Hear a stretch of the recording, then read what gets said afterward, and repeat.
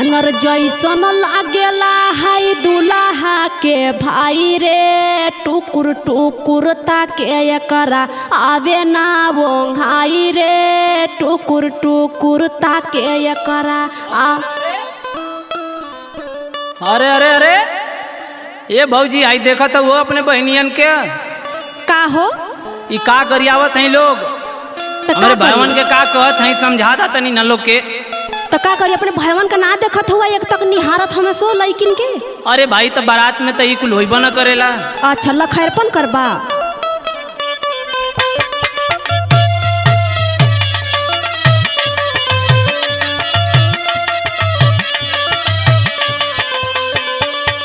अच्छा सुना बोला। समझा द भौजी अपने बहिनियन के, समझा द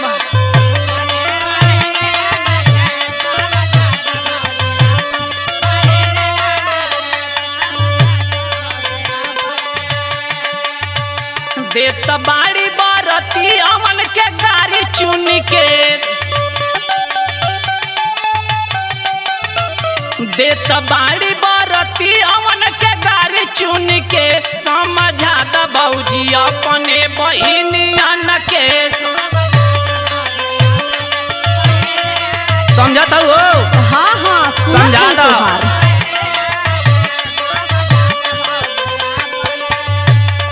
अच्छा बहुत सीधा भइल हवा, एमे कोनो दूर आई ना बा भाई। देखा तई हमहू के दिलीप या मुकेश के संग धके तू तब से कनखी दबावत हव लइकिन के। ना ना ऐसन गलती काम हमार भाई संदीप ना कर सकेलन। अरे अरे कितना चिकन बाराती हम सुना। सुनावा। तनिको लागे ना हिला जबरती हवन के। अब पूरा बरती हवन के दोस्त देबू तब का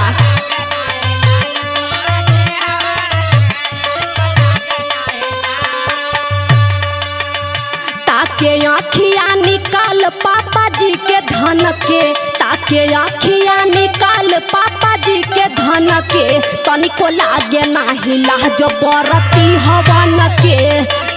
अच्छा अच्छा देखा दी हम तो यार एकदम लखैरा बाड़ा।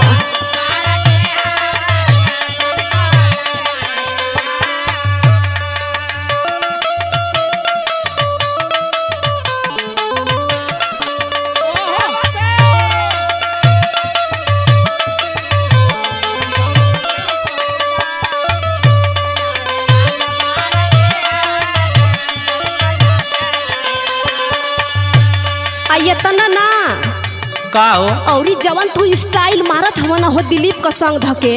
अच्छा कहीं चश्मा लगावत हो तो कहीं बबरी झारत हो। अरे ये एकदम का गुंडागर्दी कैले हवा हो। अरे भैया ये गुंडागर्दी ना है, मॉडल का जमाना ना है। सुना सुनावा। आइला बराती का तू जुल्फी सवारेला। अरे तो जगह जुल्फी रही हुआ ना समारी। हाँ हाँ हम जानत है।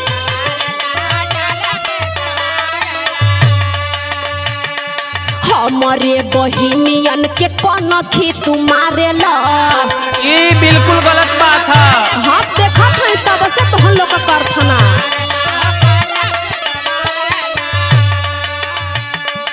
आइला बराती का तू बबरी सवारेला, हमारे बहिनियन के कनखी तू मारेला। और सुना सुनावा। मन करे लतियाई है करिया बन के, मन करे लतियाई है करिया बन के, तनिको लागे ना हिला जबरती हवन के।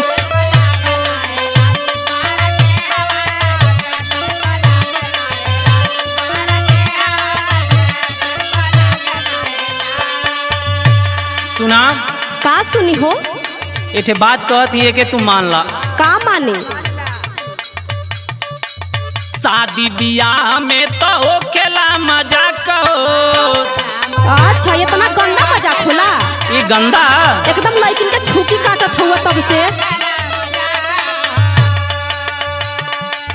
साली के देखते दबाई जाला आँख हो। अच्छा अच्छा तो यहाँ का ये तो भाई होबो करेला ना। आँखिया बनवा ला।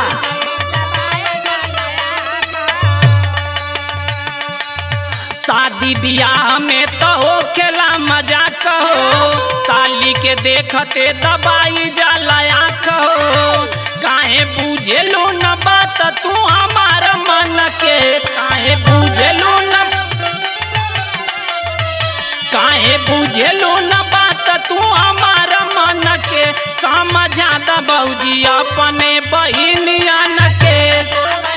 अच्छा समझा द। अरे हम कुछ ना समझाई, पहले अपने समझ ला।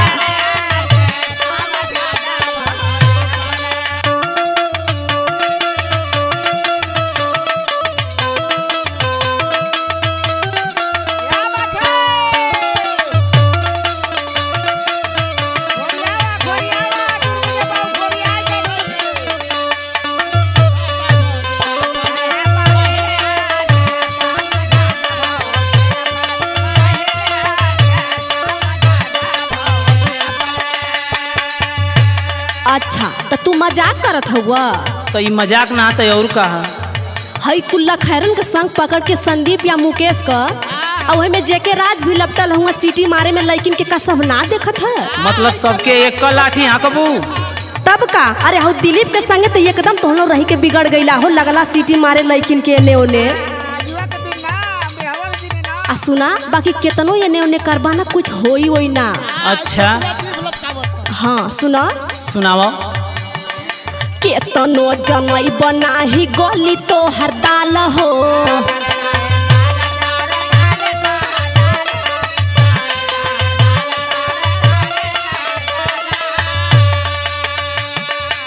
ऐसे जे रहबा हो जाई बुरा हाल हो। अच्छा तो मानो मानल गाँव का है। अच्छा सुधर जा। केतनो जनई बनाही गली तो हर दाल हो, ऐसे जे रहब हो जाई बुरा हाल हो। और सुनाओ। आइल बाड़ा हमारे दीदी के सुहाग बन के, आइल बाड़ा हमारे दीदी के सुहाग बन के, तनिको लागे नाही लाज बरती हवन के। तू तो सुहाग है जाओ, वही से कभी सहूर से रहा।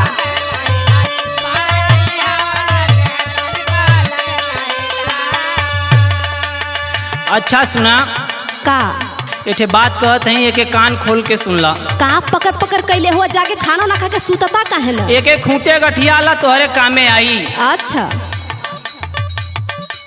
जी तू मुकेश के न बूझा का मजोर हो। अच्छा हाँ धमकी देत हवा।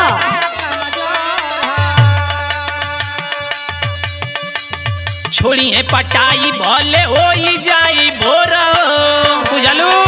अरे हम बुझत हई केहू ना पटी, कोनो लड़की ना पटी है।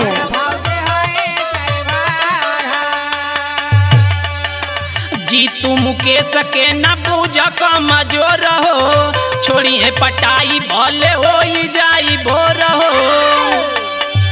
माहिर संदीप अतरारिये में बचपन के, माहिर संदीप अतरारिये में बचपन के, समझा द बौजी अपने बहिनियन के।